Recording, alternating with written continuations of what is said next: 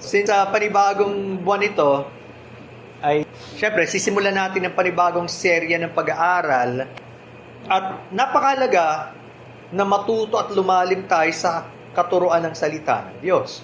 So, sa whole series na ito, pag-usapan po natin yung tinatawag na ang doktrina ng biyaya o katuruan ng biyaya, the doctrines of grace, at paano ito makaka-relate sa buhay natin kung tayo ay mananampalataya ng Diyos. Sa akin, naging napakalaking blessing ito, lalo na kung babalikan ko yung matagal ng panahon kung paano itinuro ng Diyos sa akin ito. Ang tawag dito sa mga katurang ito, of course, in English, it's called as doctrines of grace. Kaya nga sabi ko kanina, yung doktrina ng biyaya o katuruan ng biyaya. Sometimes, this is called as Calvinism. Or sometimes, tulip. Dahil sa kanyang 5 punto. Na maraming tao nagre-react agad, marinig lang nila yung Calvinism o tulip dahil mali ang kanilang pagkaunawa. Akala nung iba, pag sinabing Calvinism, tagasunod ni Calvin. Hindi totoo yun. Maintindihan natin sa kasaysayan bakit ipinangalan yun, lalo na ng mga tagasunod ni Calvin, sapagkat may maling katuruan sa panahon yun na pinalabas si Arminius at actually yung kanyang mga tagasunod na sa tao nakadepende ang kaligtasan. So sa mga totoong nag-aaral ng salita ng Diyos, kailangan nilang sagutin ito sa pamamagitan ng tamang katuruan at doon lumabas yung 5 puntong ito. Before, pinapaniwalaan na yun ng mga Kristiyano sa unang panahon pala, sa panahon ng Panginoong Jesucristo, ng Iglesia, ng mga apostol, pero kailangan lang linawin. Kasi marami nalilito dito.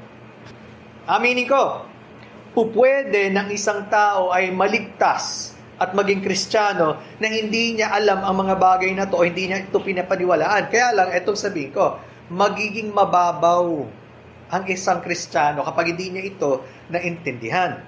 Alam natin, ang kaligtasan ay kanino ba nagmumula? Siyempre sa Diyos.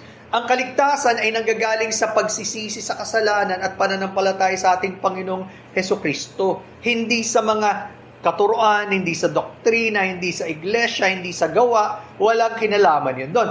Pero, kapag natuto tayo ng salita ng Diyos, dadalhin tayo doon sa mas malalim na pagkakilala sa Diyos at sa plano ng Diyos sa buhay natin.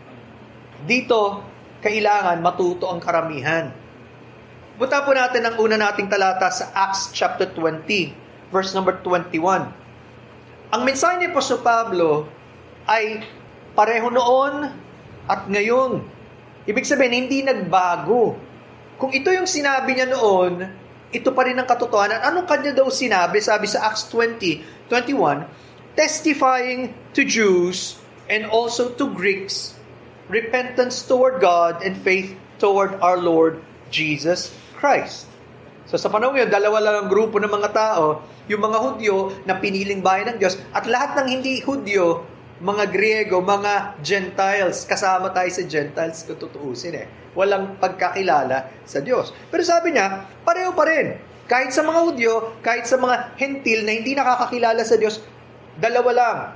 In fact, pinag-isa lang niya to yung totoong pagsisisi sa Diyos at ang pagsisisi ay pagtalikod ng kaisipan, pagbaliktad. Doon sa dating mahal na mahal mong kasalanan, makikita mo sa kabanalan ng Diyos, ayaw pala nito ng Diyos, pag binigyan ka ng pagsisisi, hihingi mo ng tawad sa Diyos, lalayuan mo na yun. At yung pananampalataya sa Panginoong Jesucristo, ito daw yung 2 bahagi ng iisang coin. Di ba alam natin yung coin? Merong mukha at merong likod. Magkasama sila. Hindi po pwedeng isa lang. Kaya pag sa Bible, binabanggit na nagsisi sila sa kasalanan, kasama na doon yung pagtitiwala. Pag sinabi namang sumampalataya kayo sa Panginoong Jesucristo at maliligtas kayo, may pagsisisi. Pareho yun. Okay, magkasama. So, totoo na ang tao pwede namang maging Kristiyano na hindi niya alam to. Kaya lang, sabi ko nga, magiging mababaw. Bakit? Nung unang kapanahon ng aking pagiging Kristiyano, I became a Christian at the age of 13. Kasi nga, nilagay ng Panginoon, may kulang sa buhay ko So, nagbabasa ako ng Bible, parang kwento lang siya, na-amaze ako, pero hindi siya malalim. Kasi nga, gusto ko yung mga kwento ng mga labanan ng ari Pero hanggang doon lang. Hanggang pinakita ng Diyos may kulang sa buhay ko. So, naging Kristiyano ko at bago ko maging 14 years old. Pero, dun sa church na inatinan ko, which is a Baptist church, hindi nila to tinuturo. In fact, karamihan ng mga ganung mga simbahan, hindi sila nagtuturo niyan. Baliktad ang tinuturo. At doon sa Bible College din na aking pinag-graduatean at nagturo rin ako, hindi rin nila pinapaniwalaan ito. Yung kabaliktaran. Bagamat di nila aaminin kasi sabi, sa Bible lang naman kami, pero hindi mo maririnig yan. In fact, pagka tinanong, ayaw na ayaw nila. Kasi nga, sa maling kaisipan. Pero naging blessing sa akin ang katuruan ito nung binigyan ako ni Pastor Brent Spears ng isang book called Abandoned Truth. Ang title niya, Abandoned Truth, The Doctrines of Grace by Tom Ross. Habang binabasa ko siya, tuwang-tuwa ako. Kasi madali kong naintindihan yung unang bahagi ng tulip na total depravity. Ang tao ay lubos na masama. Hindi lang niya alam. Nasa puso kasi daw yan eh. Right? Pero lumalabas. Kaya hindi kayo magtataka, yung mga nakikita nating corruption, matagal na yan. Maliit lang, o hindi tinatago, pero ganun pa rin ang tao. Mali bang baguhin ng Diyos? So, walang problema. Pangalawa, yung unconditional election, ang Diyos pala ang pumipili sa tao, hindi dahil sa mabait ka, hindi dahil sa may ginawa ka mabuti, dahil gusto niya. Tatanggap ko yun, madali. Kasi sa Diyos lahat ng gagaling, di naman tayo pumili sa Kanya. Siya unang pumili sa akin. Pagdating ng pangatlo, which is limited atonement, medyo nagulantang ako doon. Baliktad sa tinuturo ng karamihan na ang Panginoong Jesucristo namatay para sa lahat. Sinarado ko siya. Hindi ko kaya eh. Ano ba to? Hindi ito yung tinuro sa akin for a long time. Hindi rin naman yun ang pinapaniwalaan ko. Pero for 2 weeks, hindi ako mapakali. Ang isang bagay na tuwan-tuwa ako sa aklat na to, punong-puno siya ng talata sa Biblia. Bawat sinasabi, may kasunod na talata. Yun ang hindi mawala sa isip ko. Kung punong-puno ito ng Bible, dapat kong tingnan. Diba? Dumating na ba kayo sa point na ganon, na ang mga tao, ang dami-dami pinapaniwalaan, o kaya masyado ng sagrado sa kanila, sabi na, dito na ako pinanganak, dito na ako. Pero hindi naman tumitingin sa Bible.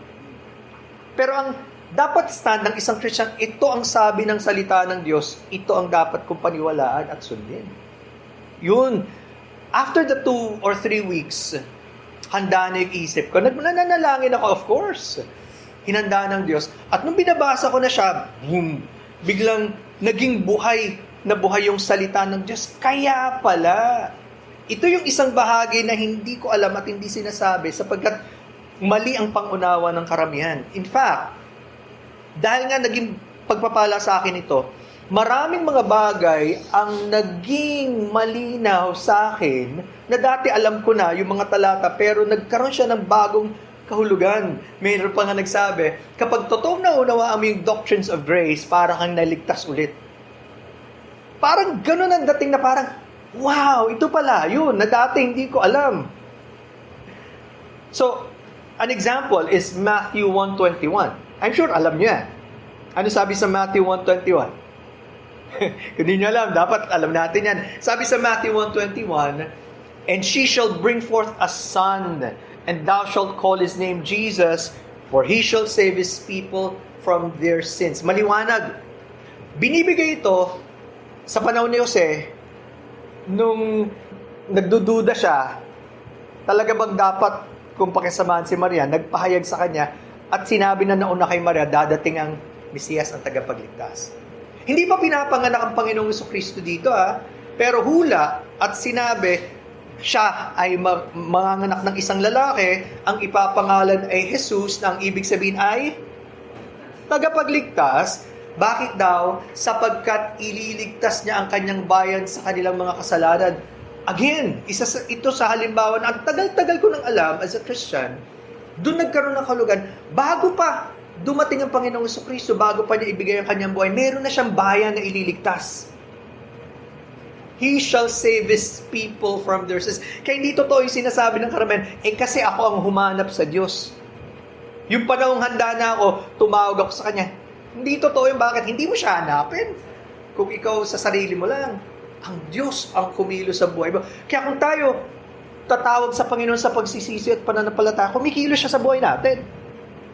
Pero pag ang tao napahamak at lumayo sa Diyos, siya ang dapat sisihin. Bakit? Binigay na ng Diyos ang salita niya, binigay niya na tayong kaisipan, binigay niya na yung kanyang anak. Ano pa bang hanapin natin? Dito nyo, ang laki-laking pagkakaiba. Kaya, gusto kong i-share sa inyo ito na hopefully maging blessing. Kasi kung paano naging blessing sa akin at lumalim ako sa pagkakilala sa Diyos at sa plano ng Diyos, lalo na sa kaligtasan, sana tayo din. Kailangan po natin yan, mga kapatid. Napansin ko sa mga nakaraang mga taon, nagkaroon ng panunumbalik ng interes sa mga katurang ito. Kung paano sa panahon ko noon, binigay ng Panginoon para matutunan ko, marami na rin nakikita nila tama pala ang katuruan ng biyaya. Pero, alam niyo naman, kapag ang Diyos kumikilos sa buhay ng mga tao, mayroong mga palaging ginagamit ang kaaway para siraan. Merong nagsasabi, mali yan. The only way na ma-prove mo yan, kailangan mong tanggalin ang maraming passage sa Bible. And in fact, nung minsan, may aklat na laban sa katuruan ng biyaya. Inisa-isa yung punto, nung binasa ko lang, mabilis lang. Baliktad sa tinuturo ng Bible at sa pinaniniwalaan. At yun lang, ang tanging para sirain mo ang katuruan ito, bigyan mo siya ng panibagong mukha na hindi totoo sa sinasabi. Sirain mo. Pag yun lang ang narinig ng mga tao, yun naman pala ang ibig nilang sabihin wala na. At pag ang tao hindi nagsasaliksik ng salita ng Diyos, hindi lumalago, ayaw matuto, hanggang gano'n na lang. Kaya gusto natin, lumalim tayo. So marami ko actually aklat patungkol sa katuruan ng biyaya. Pero habang tinitingnan ko ang pag-aaral na ito, isa na naging blessing din sa akin yung 5 points towards a deeper experience of God's grace by John Piper. Ang 5 punto patungo sa mas malalim na karanasan ng biyaya ng Diyos. Kasi minsan, di ba, dinidefine natin, sabi, ano ba ang biyaya ng Diyos? Basta unmerited favor. Yung pabor ng Diyos na hindi karapat-dapat binigay niya sa'yo. That's true. Pero malalim siya kung tutuusin, malawak. Hindi lang siya ganun kasimple. At dito, kapag naintindihan natin, mas lalalim tayo sa pagkakilala sa Diyos at sa ating pananampalataya sa Kanya. That's our prayer and our goal. Kumpara mo nung hindi ka pa mananampalataya, kung ikaw naging Kristiyano, ano ang isa sa pinakamalaking pagbabago na ginawa ng Diyos sa buhay mo? Ano isa sa mga pinakamalaking pagbabagong ginagawa ng Diyos sa isang taong totoong nagkakaroon ng pagkakilala? Yung pag-ibig sa Diyos na dati wala. Di ba kasi sabi naman sa Bible, we love Him because He first loved us. Minamahal natin siya dahil siya una nagmahal sa atin. Naranasan mo ang Diyos sa buhay mo, naranasan mo yung patawarin ka niya, at maranasan mo kung gaano kalaking pag-ibig ng Diyos, ibinigay niya yung kanyang kaisa-isang anak. Alam nga namang hindi mo siya mamahalin in return. Ang Diyos nagbibigay nun eh. Kaya tandaan nyo, tama yung sinabi nyo kanina, hindi galing sa tao yan. Galing sa Diyos. Bibigyan ka ng Diyos ng panibagong panlasa. Alam mong sa Kanya, nagmumula. Hindi lang natin mas mamahalin ng Diyos, makikita natin ang kalakhan na kadakilaan ng Diyos. Siya yung nagiging pinakamahalaga sa buhay natin. Yung ating kayamanan higit sa lahat. Intindihan nyo? Marami kasing umaagaw sa ating puso. Pero ang panalangin ni David in Psalm 86, bigyan siya ng Diyos ng isang puso para talagang mali ng Diyos at sumunod. So, di ba si David ang tinawag na the man after God's own heart? Siya yung taong ang puso ayon sa Diyos. Nasaan yung puso natin, mga kapatid? Kailangan check tayo ng Diyos time and again because naaagaw yung ating atensyon na maraming bagay. At ang problema, paglipas sa panahon, di natin namalayan, dito na pala ako mas maraming oras, ito na yung mas mahalaga sa akin. Hindi na ang Diyos, hindi na yung salita ng Diyos, hindi na yung pananalangin, hindi na yung plano niya sa buhay ko. Pero isa sa pinakamalaking gagawin ng Diyos sa buhay natin. Sabi nga sa isang old catechism, yung Westminster Shorter Catechism, nung nilalarawan ang katangian ng Diyos, binabanggit doon, God is a spirit, infinite, eternal, and unchangeable in His being, wisdom, power, holiness, justice, goodness, and truth. Isang sentence pa lang yan, pero full pack. Ang Diyos daw ay spirito, walang hanggan, hindi nagbabago sa kanyang pagiging Diyos, puno ng karunungan, kapangyarihan, kabanalan, hustisya, kabutihan, at katotohanan. Wala nang hahanapin pa pagdating sa Diyos. Nasa Kanya ang lahat. Kaya mahalaga na makilala ang Diyos, dahil the more na nakikilala natin siya, lalo tayo namamanga, ang laki pala ng Diyos, napakadakila niyo, Panginoon. Pero patawa dahil napakaliit ng tingin ko sa inyo. At hindi kayo ganun kahalaga sa buhay ko sa araw-araw. Papakita ng Diyos yun. At ito yung Diyos na mamahalin natin lalo kapag nakikilala natin at lalo siya nagpapakilala. In fact, gugustuhin natin yung ganitong Diyos na napakalaki sa lahat ng kanyang katangian. Hindi mo gusto yung Diyos na pinipili lang ng tao. Pag sinabi ng mga tao, kasi naman ang Diyos pag-ibig, totoo naman. Pero huwag mong kalimutan, ang Diyos din ay banal at may hustisya at nagagalit, nagpaparusa. Huwag mo lang pipiliin yung isa dahil pabor sa'yo. Kaya marami, di ba, kampante? Mahal naman tayo lahat ng Diyos Well, nilikha tayo ng Diyos at mahal niya ang kanyang nilikha. Pero tanda mo, mananagot tayo sa Diyos. Kaya pag hindi mo siya pinahalagan at hinanap sa buhay mo ngayon, saan ka pa? Tapos, expect mo, pagharap natin, siya ang babati sa atin. Well done, my good and faithful servant. Masayang-masaya ka sa harapan ng Diyos. Hindi nga siya mahalaga sa iyo ngayon. Kino-convict tayo ng Diyos, di ba? At binabalik tayo sa realidad ng buhay, ito ay nakadikit palagi sa Diyos. Hindi pa pwedeng hiwalay sa Diyos. At mararanasan natin yung sinasabi sa Psalm 34, verse 4, He is our exceeding joy. Siya yung pinakamalaking kaligayahan natin. Diba sabi ko nga, pag hindi kayo masaya sa isang bagay, napakahirap. Pansinin nyo lang. Alam mo, may ginagawa kayo, pero nagmamaktol ka. Ano ba naman to? Ako na naman maghuhugas sa mga plato. O ako na naman maglilinis ng bahay. Ginagawa mo nga. Wala naman sa puso mo. Anong klaseng gawa yon? Marami ganyan, di ba? Reklamador. Mapapost pa sa social media. Ba't di mo na lang gawin? O huwag mo na lang gawin kung ayaw mo. Pag yung kaligayahan yun nawala, lalo na pagdating sa Diyos, hindi mo gagawin yung gusto ng Diyos. Bakit? Hindi nga siya mahalaga sa iyo at hindi mo siya hinahanap. In fact, ipapalit mo ang maraming bagay gaya ng ginagawa ng karamihan. At alam niyo ba yun ang dahilan? Bakit palaging parang may kulang sa buhay natin? Kasi siya lang ang pwedeng pumuno. Sipin niyo to, kung ang Diyos walang hanggan, hindi ba may kulang sa buhay natin at siya lang ang makakapuno? Hahanapin mo yun. Kaya ang tao ikot ng ikot Sa buhay, naglalakbay. Parang Israel, imbis na nakarating sa lupang pangako na mabilis, umikot ng umikot dahil sa kasalanan hanggang namatay yung unang henerasyon. Hanap tayo ng hanap ng kung ano-ano, nasa kanya ang sagot. Pero hindi mo naman siya hinahanap. Tingnan yung sabi sa Ecclesiastes 3:11. Ecclesiastes chapter 3, verse number 11. Ginagawa daw ng Diyos ng lahat ng bagay na mabuti sa kanyang kapanahunan. Ano sabi doon? Sa NIV, babasahin ko He has made everything beautiful in His time. He has also set eternity in human heart, yet no one can fathom what God has done from beginning to end. Ginagawa ng Diyos lahat ng bagay na mabuti. Tandaan nyo, sa kanyang kapanahon, hindi sa panahon natin. Kasi tayo naiinip Sana tapos na agad yung building project. O sana ganito na nangyayari sa buhay ko ngayon. Pinadaan tayo ng Diyos sa proseso. Bakit? Para magtiwala. Isipin nyo, di ba yung illustration?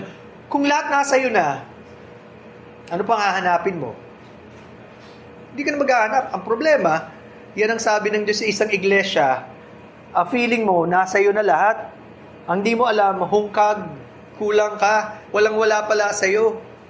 Kasi wala ang Diyos. Yung ba larawan ng buhay natin? Di ba? Mapapasin nyo doon, sa ating King James, He has set the world. Pero sa halos lahat ng mga translations na iba sinasabi, He has set eternity in the human heart.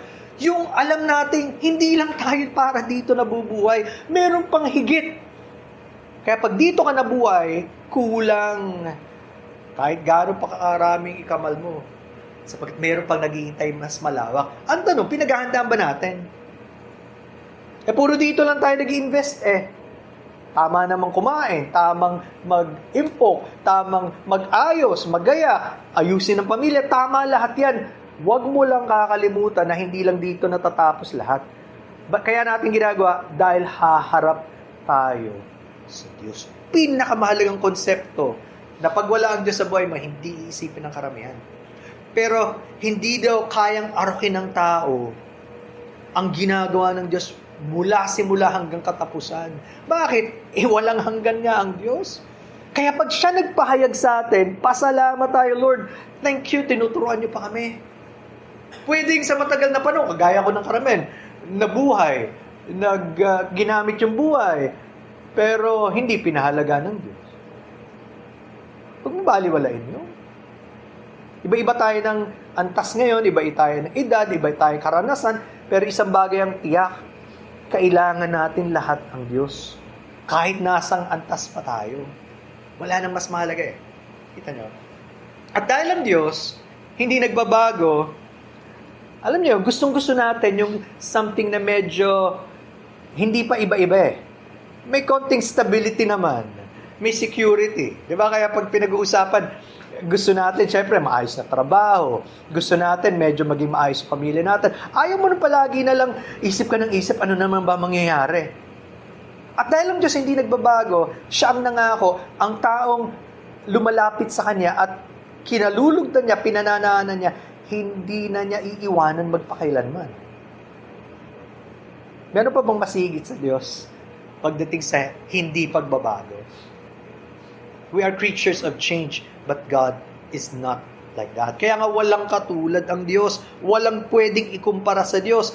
Kahit hanapin mo pa ang anumang bagay, binanggit natin, kapangyarihan, kayamanan, kahit sex, kahit yung kasikatan, kahit ano bang bagay na matanggap ng regalo o parangal ng tao, walang katulad ang Diyos. Sapagkat lahat yan, iharap natin sa Diyos. Yun ang nagagawa kapag tayo lumalalim sa pagkakilala sa Diyos, sa Kanyang mga salita, at kinikilos tayo ng Diyos. At tandaan niyo po, ito, kapag mas lalo mong nakikilala ang Diyos, mas gugustuhin mo pa siyang makilala pa. Yun ang epekto nun. The more you know Him, the more you want to know Him. Para bang, wow, ang sarap pala na matuto ng salita ng Diyos. Ang sarap palang manalangin. Ang sarap na katagpuin ng Diyos. Lord, gusto ko pa. Next time ulit. Sana katagpuin niyo ako. Yung mga taong walang kagana-gana sa Diyos, either napakatagal na nilang naranasan yung totoong karanasan sa Diyos o wala talaga silang pagkakilala sa Diyos. Hindi mo hinahanap Pag naranasan mo, gusto mo pa more. At yun yung binanggit kanina. Parang ganito pag may natikmang kang masarap, hindi mo makalimutan, hanap-hanapin mo Di ba parang, yayayain mo pa yung iba Halika, masarap dito You know what the Bible says? Oh, taste and see that the Lord is good. Kailangan ikaw mismo makaranas na totoo ang Diyos sa buhay mo. Napakasarap. Hindi pwedeng ilarawan lang yan. Hindi pwedeng nakikita mo sa picture. Hindi po pwedeng napapanood mo sa video. Kailangan mong maranasan ang Diyos. Personal. Yun ang pinakamasarap sapagkat ang Diyos, bagamat napakadakila, personal siyang kumikilo sa buhay natin. Yun ang Diyos natin. And so, we want that kind of love, that kind of faith, that kind of relationship. In fact, alam niyo ba, ito mismo ang panalangin ng ating Panginoong Jesucristo na maganap sa lahat ng tagasunod niya. Tingnan niyo, John 17:26. John 17:26. Pinakilala ng Panginoong Kristo sa kanyang mga alagad kung sino ang Ama. Bakit daw? Para yung pag-ibig na inibig ng Ama sa kanyang anak, maranasan din ng mga tagasunod niya. Sipin niyo yun? Wala na daw pinakamalapit pa sa isa't isa kundi ang Trinidad, the Godhead, the Trinity. Paano mamahalin ng Ama ang kanyang anak at paano mamahalin ng anak ang Ama at ang Espiritu Santo? Hindi mo kayang isipin, hindi ko kayang isipin yun eh. Pero yung pag-ibig daw na yun, gusto niya, sana maranasan natin. Wow! Napakadakilang panalangin at ginagawa ng Diyos yan, kaya pinapaglalim na tayo. Hindi tayo pwedeng makontentong ito na lang ang pagkakilala ko sa Diyos o pag-ibig ko sa Diyos, no? It will be greater than anything else we've ever experienced. At dun pa lang papasok, kapag naranasan natin ang pag-ibig ng Diyos, matututo tayo magmahal sa iba. Whether asawa, whether mga anak, whether sa kapwa Kristiyano, whether sa mga napapahamak at walang pagkakilala sa Diyos. Segue ako pagdating sa pagmamahal. Alam niyo, pinaalala sa akin ng Diyos since we celebrated actually yung aming 24th anniversary kahapon.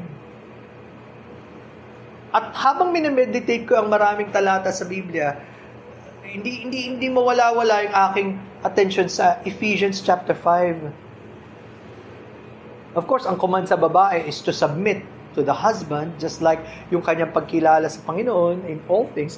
Pero ang mas matinding command, ang lalaki dapat mahalin ang kanyang asawang babae gaya ng pag-ibig ni Kristo na ibinigay niya ang kanyang buhay para sa kanyang iglesia. Boom! Wow! Lord, hindi ko to kaya. I mean, I think I love my wife, pero hindi ko pwedeng sabihin kasing gano'n na at lalim para handa akong ibigay ang lahat sa kanya. Kailangan turuan niyo po ako, Panginoon. At doon pinabalik ng Panginoon, hindi lang dapat ito nagaganap tuwing anniversary. Pero kapag tinuturuan tayo ng Diyos, makikita natin, Lord, ang dami ko palang pagkukulang bilang asawa. Ay, ganun. Kumbaga, hindi ko pa siya minamahal ng ganun. Mahal ko siya eh. Pero, ang kailangan yung pag-ibig ng Diyos para makita natin ito ang gusto ng Diyos na maganap. Whether we admit it or not, selfish tayo eh. Di ba? Una tayo pa rin eh. At minsan, kahit Kristiyano tayo, lumalabas yung pangit na ugaling ganun. Hindi eh. Pag tinuruan tayo ng Diyos, Lord, ito nais nyo, help me. Doon lang magaganap yun. At sila naman on their part, of course, would be so much willing to submit sa isang husband na mahal sila dahil sa Panginoon. It affects our entire life, yung buong buhay natin. Kapag nakilala natin ng Diyos at ang nais ng Diyos. At yun ang sinasabi ni John Piper sa kanyang maliit na book na ito. Yun daw ang dahilan ba't niya isinulat ang book na ito. Kasi kung paano sa akin nangyari, sa kanya nangyari, na the more na minamahal mo ang Diyos, naranasan mo yung pag-ibig niya, gusto mo yung iba rin. Makaalam. Pero nagsisimula ito sa isang mas malaking pagtanaw sa Diyos at sa realidad ng pagkilala sa Kanya. Hindi lang umaattend tayo, nakikinig, and then go home. No. He becomes so real na ayaw mo na wala kang panahon sa Kanya. Baliktad din, no? Para bang, kung sa maraming tao, masyadong bored na mag-spend ng time sa Panginoon, yung mga 5 minuto hindi kaya, 10 minuto sa presensya ng Diyos, para bang may gusto agad ibang gawin, there's something definitely wrong pagka ganun, ano? Tapos nagpo-profess na Kristiyano tayo. Pero ang isang nakaranas, oh Lord, more. Parang kulang pa yung 30 minuto na pag-aaral ng iyong salita o pananalangin. Yung, you want more. Siyempre, hindi naman bibigay ng Diyos isang bagsakan yan. We must seek Him daily. At hindi tayo binibigyan ng limitation habang nagbabiyahe ka. Hindi mo naman kailangan ipikit ang mata mo. Pwede ka mananalangin. Habang may ginagawa ka, nananalangin ka. At babalik dun sa sinasabi ng, again, yung Westminster Shorter Catechism, dun sa tanong, what is the chief end of man? Ano ba ang pinakahangganan at pinakadulo ng tao? Ba't siya nilikha? Ang sagot, man's chief end is to glorify God and enjoy Him forever. Ang pinakadulo at hangganan ng bawat isa sa atin ay luwalatingin ng Diyos at ma-enjoy siya magpakailanman. Kung yun pala ang plano ng Diyos at nilikha tayo, papunta ba tayo doon? O nasa kabilang direksyon tayo? Di ba? Sayang naman ang buhay natin na isinabuhay kung hindi pala magaganap sa atin yon. Kaya nga, na-coin niya yung kanyang phrase coming from this. Actually, natuto siya from Jonathan Edwards. Nirephrase niya at lumabas yung kasabihan, God is most glorified in us when we are most satisfied in Him. Mas lalo daw nalulugod ang Diyos sa atin kapag ang ating kasiyahan o satisfaction ay sa Diyos. Pero para mangyari yon, na na-enjoy natin ng Diyos, dapat nakikilala natin siya. Okay ba? For example, may bago kayong kakilala. May mga ganun, magkakataon, bagong palang kilala. Pero ang gaang na ng loob mo, di ba? Pero yung bago mong kakilala, sasabihin mo ba lahat sa kanya agad-agad ng buhay mo? Ganun na ba tiwala mo sa isang tao bago mo lang nakilala? O hindi? Syempre naman hindi. Okay, pwedeng makipagkaibigan, pero it takes time para ma-develop yung trust, yung connection, you get to know the person. Kung sa tao ganyan, lalo naman pagdating sa Diyos, hindi ka totoo pwedeng magtiwala at sumamba sa isang Diyos na hindi mo kilala. For many of us, stranger ang Diyos. Para bang hindi siya malapit. Hindi natin kilala. Bakit? Wala naman tayong panahon nga sa Kanya. Pero malalaman mo lang gaano kasarap makasama ang Diyos kapag nakikilala mo siya ng higit at higit. Kaya binabanggit niya, seeing is savoring. The more na namamalas mo ang Diyos, sarap. Ayaw mong magmadali sa presensya ng Diyos. Parang ang illustration pa niya, alam niyo yung waterfall. Minsan, pagka tayo gusto pumunta sa bakasyon, may mga waterfalls. Diba? Kung meron pang magandang site na ganyan, turo niya kung saan. Pero ang sabi niya, kung yung waterfall daw ang representation ng presensya ng Diyos, gusto ko dun ako kung saan yung waterfall, yung presensya niya. Ayoko lumayo, ba't naman ako lalayo? Sa ibang lugar tuyo. Dito, napakasarap sumasagana. Kaya, natatandaan yung Psalm 1, yung awit kabanatang 1, ang taong mapalad, yung hindi nag-spend ng time sa kasamaan o sa grupo ng mga masasama, pero ang kanyang minemeditate, binubulay-bulay araw at gabi, yung salita ng Diyos, para daw siyang puno na nasa batis. Yung mga ugat niya, doon, magbubunga. Kahit yung iba natutuyo, siya nagbubunga. Yun ang masarap na buhay ng isang Kristiyano. Yung nasa presensya ng Diyos at realidad ang Diyos sa Kanya. Wow! Sana, ito yung maranasan natin, mga kapatid. Bagamat, I will admit, hindi siya ganun kadali sa simula. Pero, it's all worth it. If you take the time, if you take the effort, tapos ipanalangin mo, ma-overcome natin yung ating mga kahinaan, yung katamaran, pagdating sa pananalangin, sa salita ng Diyos, at sa pagsamba, ang Diyos din na magbe-bless ng ganun. It's a worthwhile effort. Tandaan nyo si Jacob, nakipag-wrestling siya sa Panginoon. Ang Diyos nagpamalas in human form. Pero ayaw niyang bitawan. Kayang-kaya naman ng Diyos, of course. Pinayagan ng Diyos. Sabi niya, I won't let you go until I receive a blessing. Hanggat di niyo ako pinagpapala. Kaya from Jacob na mandaraya, naging Israel, prince with God. Prinsipe. Sa harapan ng Diyos. Huwag tayong bumitaw, mga kapatid. Una, ang Diyos di tayo bibitawan kung sa Kanya tayo. Pero huwag natin binabaliwala yung ating panahon sa Panginoon. Doon nagsisimula ang lahat. Yung ating pagkakilala sa Kanya at pagsunod sa Kanyang mga kautusan, gagabayan tayo ng Diyos. Masarap yun, mga kapatid. And that's our prayer.